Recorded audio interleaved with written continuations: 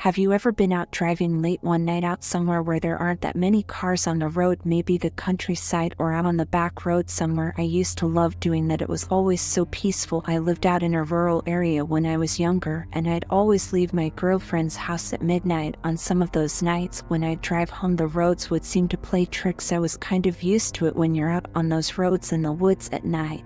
It's easy for your eyes to see things that aren't really there. I can't tell you how many times the rays of moonlight and headlight beams reflected off the asphalt looked like a person dressed in white standing in the road. The signs on those roads were also sometimes placed at odd angles, like they were put there just to spook you when you came around the corner. It didn't take long for me to become accustomed to that.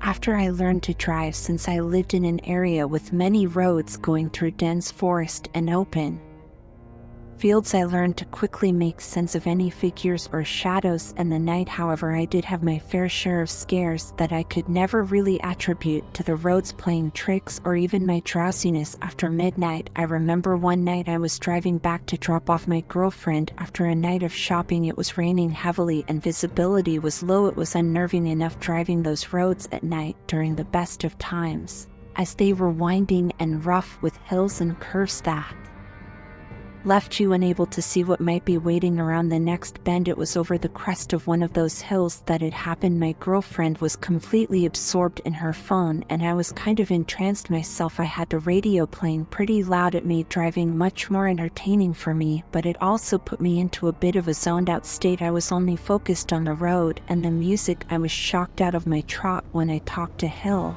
to reveal a figure wreathed in black by the side of the road. He seemed so close to my car, like he could reach out and pull me off the asphalt. I got to look at the face of this figure to reveal an almost white visage marred by black eyes. His gaze seemed to somehow lock with mine as I tried to make sense of the image before me. An exclamation leapt from my mouth almost instinctively as I realized what I had seen. We were extremely close to the next road to turn down on the way to her house, which was more of just a slight left than a turn. We were close enough that I began to slide across the other lane of the road, and I urged the car harder than usual to the left to account for my speed. I never let off of the car's accelerator until it hit me that the road I was about to hit was nothing but dirt, which began to turn to a slippery mud. As the rain continued, I pressed the brake just enough so that my speed didn't send me off the road. I'd never before hit that road so fast, and still haven't again to this day. It was about this time, which was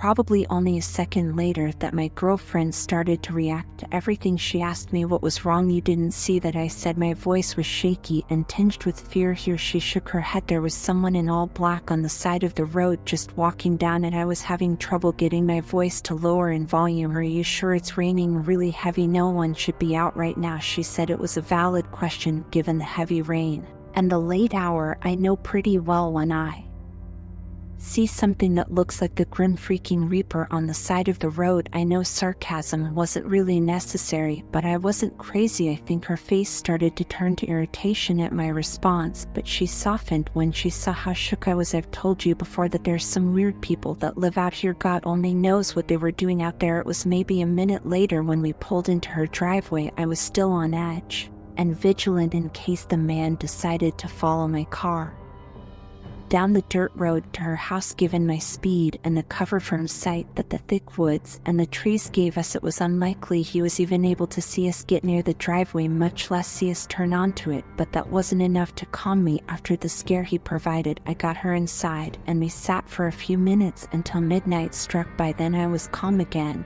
but my girlfriend did watch me all the way to my car just in case. Still, that wasn't the worst thing that's ever happened, though. I never stopped going down that country road at night. Maybe it was love or just a stupid curiosity for the unknown and unnatural that kept me driving. After my next encounter, I should add, it wasn't a long drive between my house and my girlfriend's house. At the time it was only about 10 minutes, even less if I sped, which I did often given the rarity of police in the area. One of those midnights I was leaving her house for the evening when things got a little out of my control. It started out as normal, except for some feeling I couldn't shake as I got in my car. I was definitely tired, that much was certain. But for some reason, I'd been exhausted a lot of the time. I opened my music playlist and chose rock, so it wouldn't have bothered me at all to have something dark and occasionally eerie come from my speakers. However, tonight was different, though, because I couldn't explain why. I tried to tell myself that the feeling was caused by the drastic drop in temperature, which was probably partially true, but it wasn't enough for me to fully unwind. Instead of from there, I continued down the driveway onto the dirt road, music blaring, reflecting the scream down in my soul for comfort. The quiet serenity I had gained from seeing the moonlight shine on the pond outside in the field near her house was a little unnerving. The water shimmered strangely, creating twisting faces and eyes in my mind. As I mentioned before, this was a fairly wooded region, and tonight the wind and the moon combined to give me glimpses of persons in the trees. Things started to get worse when I went onto the paved county road. Just 10 seconds later, I was staring into the driver's seat of my car with hollow eyes as the night started to march on my sanity. The road's curves were my next enemy, causing me to move at a slightly faster pace. Some of the curves prevented me from seeing what was around the next bend, and tonight was no exception as I came to the first of these sharp cuts through the woods that I could have sworn I didn't slow down to get a better look because it was the last thing I was going to do, but I shook it off after a moment. The man in the trees above me was hanging by his hands, and his feet were dangling below him. Nothing was there, but what if there was? If I passed a man in the trees, there wouldn't be anything to worry about because he wouldn't know how to follow me. My confidence didn't last long. The next event happened around the very next turn, but this time it was on the side of the road. As I continued, the road straightened out for a few seconds, revealing another figure on the edge of the tree line. The man in black was there again, and his black overcoat, which he always wore, seemed to twist around him in a strange way. He seemed to be moving in a very mechanical way, as if he had forgotten how to walk, leaving him in a creeping shuffle down the overgrown roadside. Despite all of this, his presence was somewhat calming.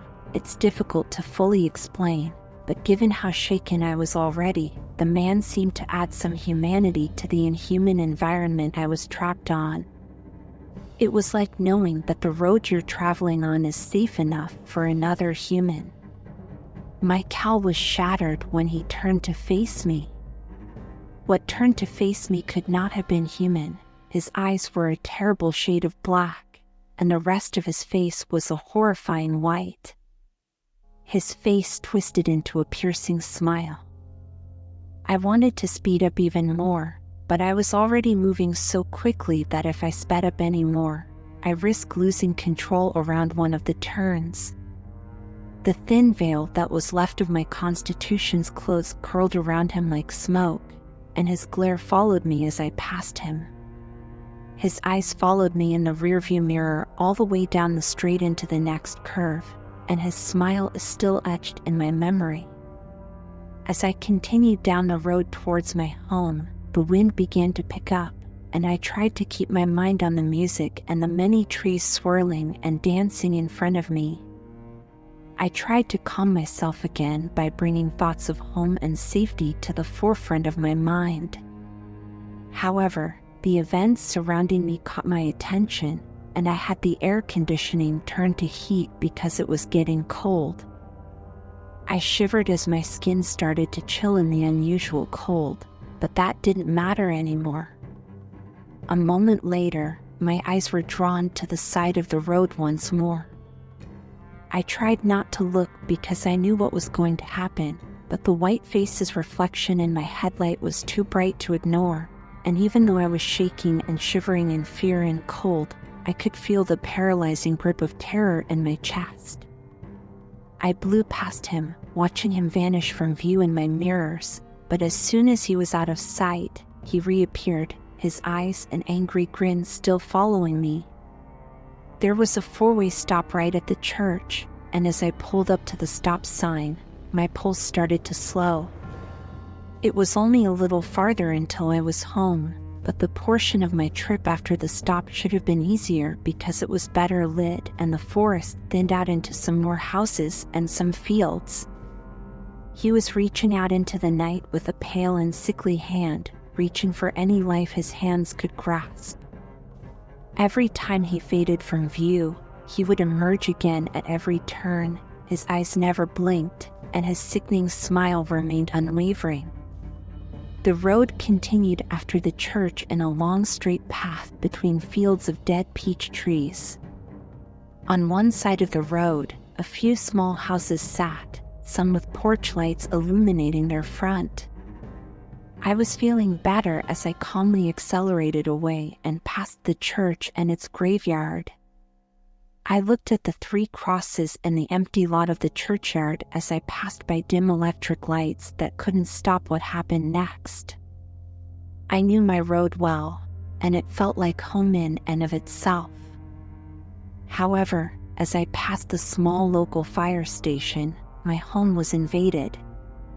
The air became cold once more, making my skin crawl with fear and cold. I started to speed up, determined to get home as quickly as possible without running into anything. My radio started acting strangely, and songs started to be skipped and paused without warning. Horrible static also started to cut through the music, the raw sound acting like an ice pick into my brain. I felt as though my entire world had fallen apart, and my car was like a barrier till I prayed to God that I would make it home safely and that, by whatever means necessary, I would survive with my body and mind intact. The madness that was happening around me and the walls were breached soon led to my radio playing sounds that weren't part of any music, sounds of screaming and wailing that could only be attributed to the dead. My radio gave a response. The voice came across my ears. It spoke in a sickly low tone. It sounded like a whisper of wind was breathing voices through my car speakers. It wailed as I sped along the road home, crying in voices ethereal and ancient. The man appeared one more time in front of me, this time in the center of the road. He was still reaching his hand out towards me, his face still locked in its grimace. I didn't even slow down. I ran through him as fast as I could. I felt a slight resistance as the car made impact. Despite his seemingly incorporeal nature, the radio returned to normal. The air began to warm up again. I'd won home was only a moment away. I looked in my rearview mirror. The eyes were still there. I looked back towards the road as I passed the second and final church. Before I got home in trepidation, I looked in the mirror again. There he was. This demonic man sat in the rear passenger seat. His face never changed, his murderous grin etched in stone. The air froze, and the speakers blasted static yet.